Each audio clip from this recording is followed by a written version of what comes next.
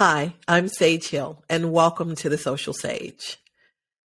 I want to invite you, as always, to subscribe to this channel and to send me any requests that you have for conversations or topics that you would like to hear me discuss. So let's get started. First of all, let me apologize that my voice may sound a little nasally today. I do have COVID. So I am trying to get over that, but I still have a commitment to produce these podcast episodes, as I say I will every week. And so I'm here in the studio recording this particular episode. Hopefully you will get some gratification out of it. And I'd love to hear your comments on this particular topic that I want to talk about today. So what I'm going to talk about today is our need to stop perpetuating stereotypes. I was listening to a young woman the other day, and she was asking a really poignant question, I thought. And that question was, why are African Americans demonized so much? Why are we so seemingly hated by so many people across so many different cultures? And my answer to that question is, check your history. Stereotypes start somewhere. And I can guarantee you that for every nationality, for every race, there exists a stereotype predominantly. And those stereotypes were never created by the individuals within those races. They were created by others, and they are based out of fear. Stereotypes started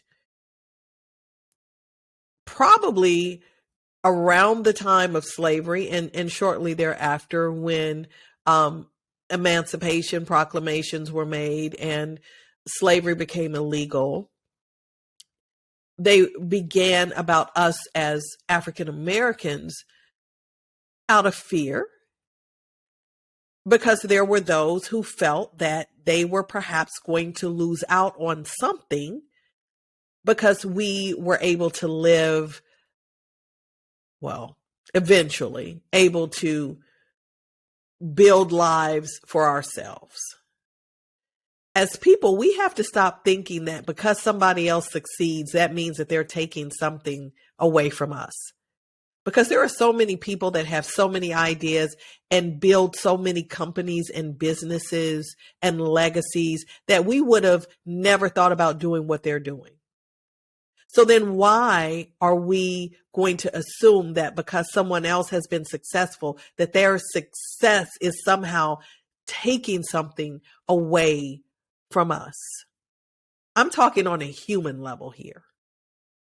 How could another person's success, if they're not taking something out of my pocket, like let's say Uncle Sam does, right? He takes money out of my check before I can get it, and he spends it on whatever he chooses. And I have really little say-so on how he spends my money. I can't stop allowing him to take my taxes. It's actually something he's taking from me, since we're going to put a name to him, Uncle Sam. And I can't get that back.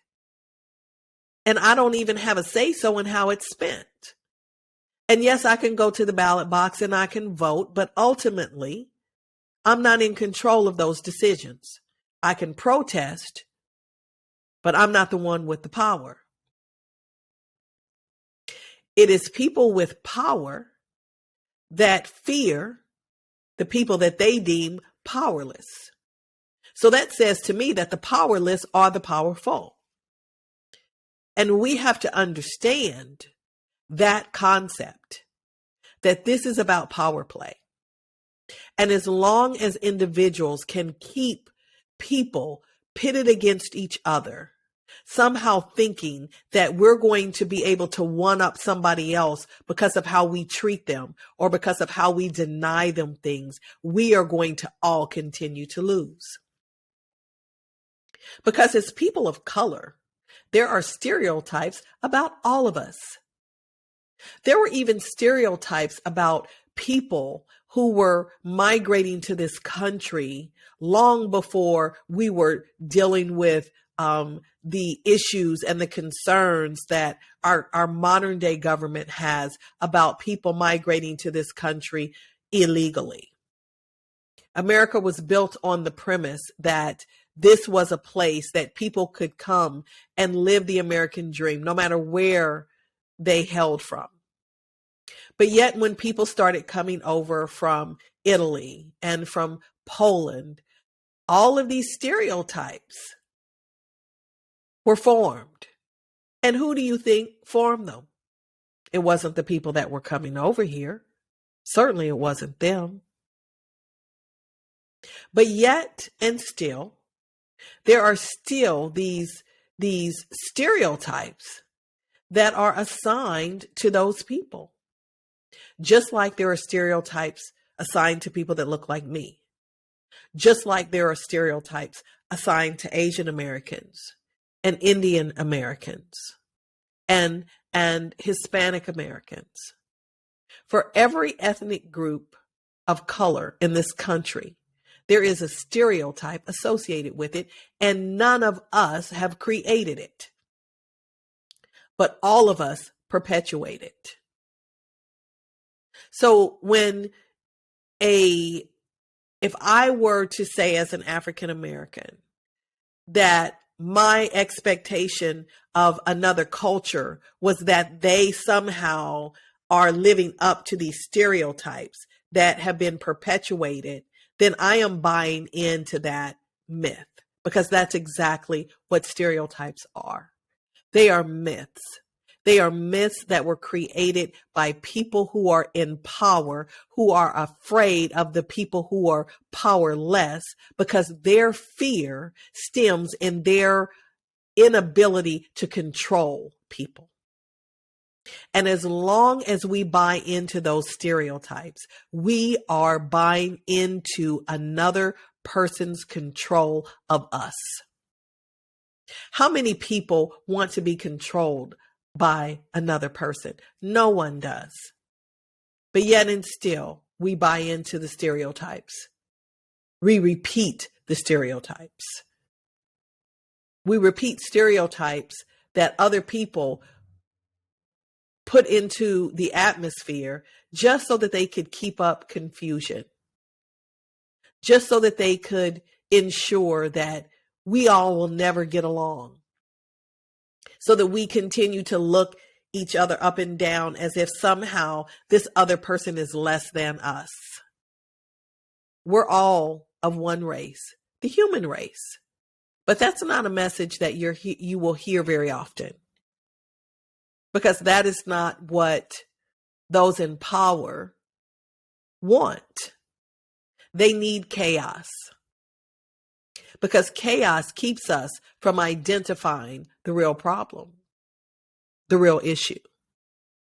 The real issue is those people in power. The real issue is the billionaires and these companies and organizations who continue to make money off of us,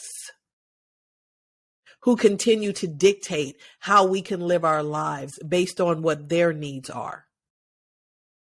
Because when you think about it, for those who are working for these large companies, they are dictating so many aspects of your life.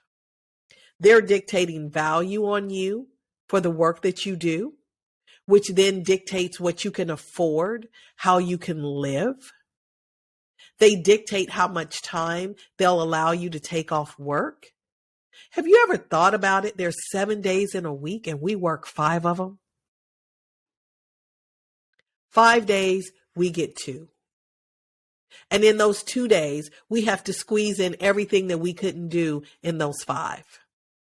By the time our workday is over, if we're going into the office, you have to drive there, drive back. That takes time away.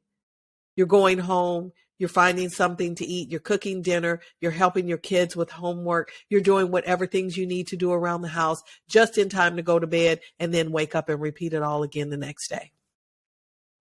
That's what we're doing. Those are the things that we're doing. The people in power, however, are controlling all of the things that we're doing.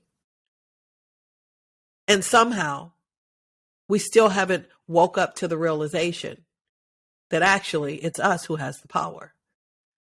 But we have to exercise common sense, and we have to get a new mindset, and we have to use our voices.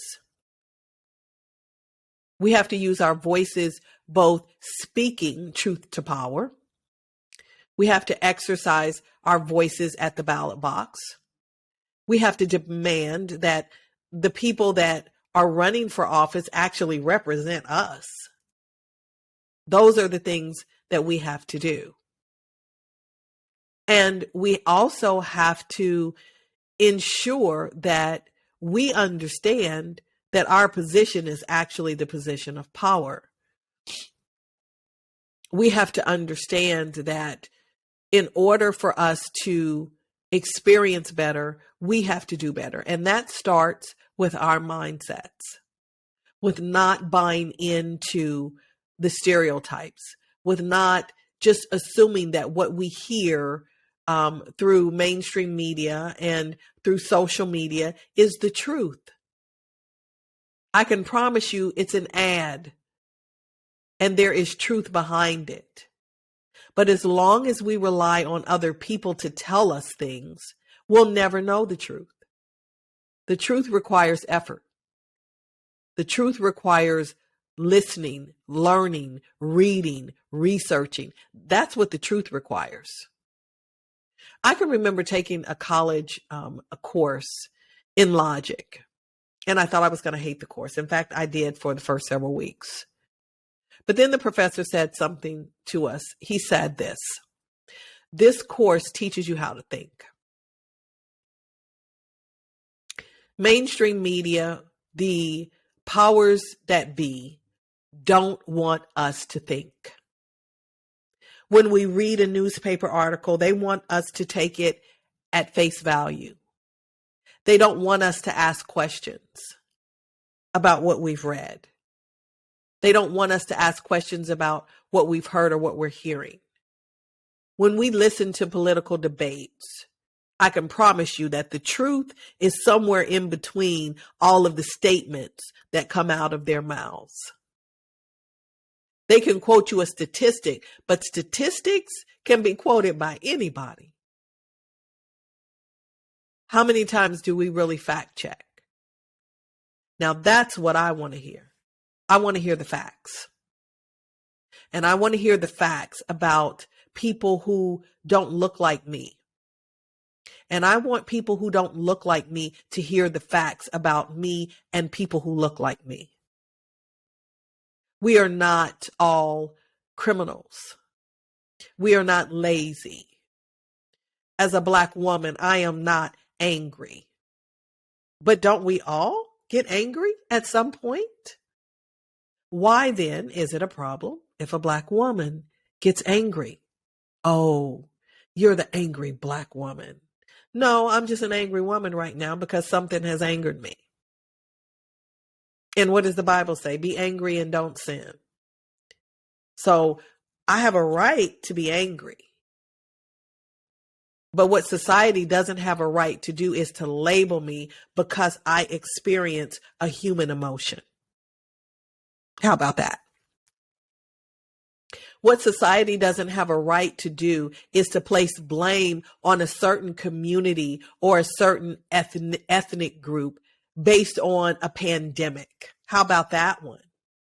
We're blaming people for a pandemic and we don't know the facts. We still don't know where it came from, but we know the whole world was impacted by it. Sounds like it was a little bit more than one community or one country to me. But if it's easier for you to believe that, then you go right ahead with that and see how far that gets you in life. And I can promise you that those people didn't appreciate that. But sometimes those very people look at my people sideways. We walk into their stores and they think we may be stealing. But again, you don't like it when that stereotype is visited upon you, but you visit it upon others. We have to stop the nonsense. We have to be open to understanding that all of this, it's a power play.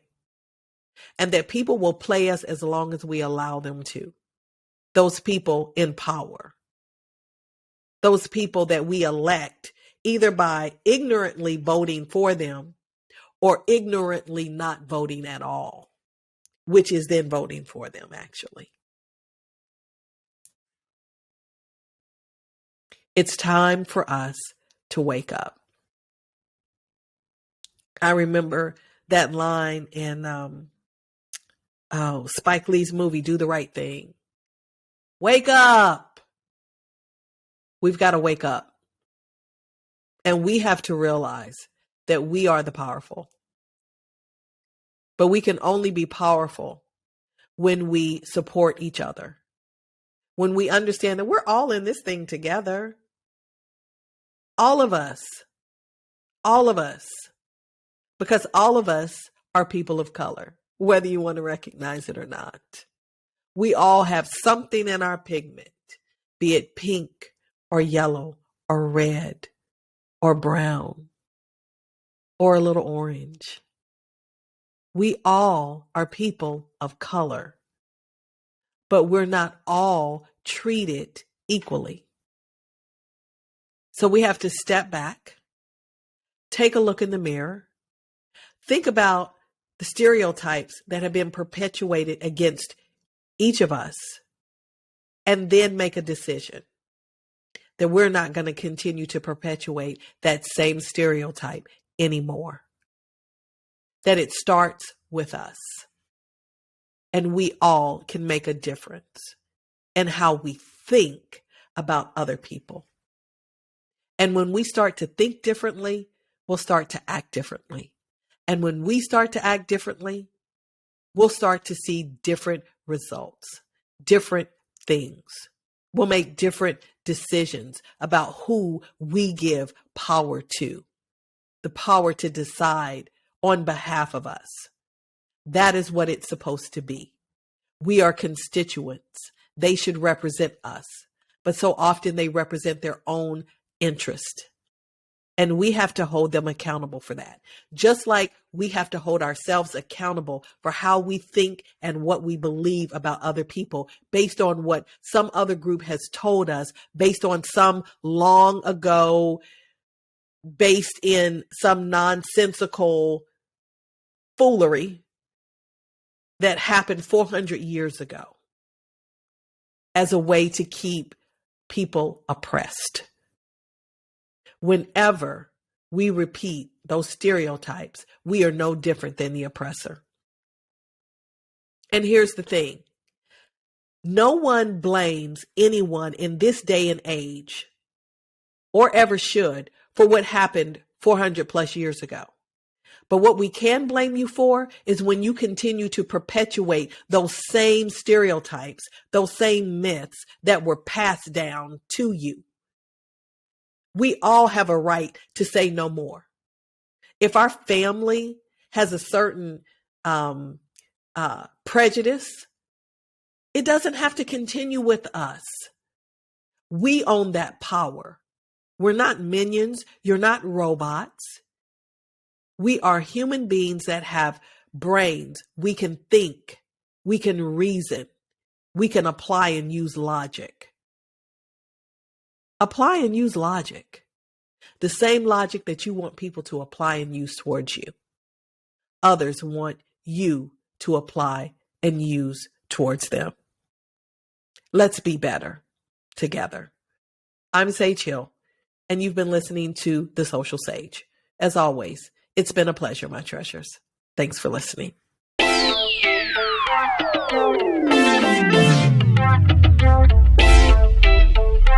Thank you.